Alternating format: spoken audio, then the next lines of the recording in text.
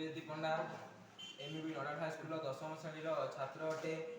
ଆମର ମୁଁ ସୁବର୍ଣ୍ଣରେଖା टीम ଆମର ଦଳର ନାମ ସୁବର୍ଣ୍ଣରେଖା टीम। ତାର टीम ରହିଛି आत्मनिर्भर भारत।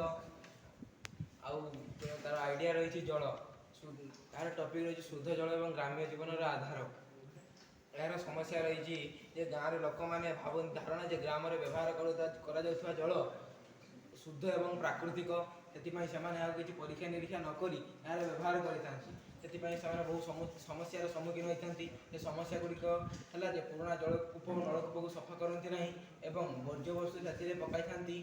ଏହାର ସମସ୍ୟାର ପ୍ରଭାବ ଛୋଟ ପିଲାମାନେ ବହୁ ସଂକ୍ରମଣ ରୋଗରେ ପଡ଼ିଥାନ୍ତି। ସେଥିପାଇଁ ଘର ଚିକିତ୍ସା ପାଇଁ ଖର୍ଚ୍ଚ ବଢ଼ିଯାଇଥାଏ।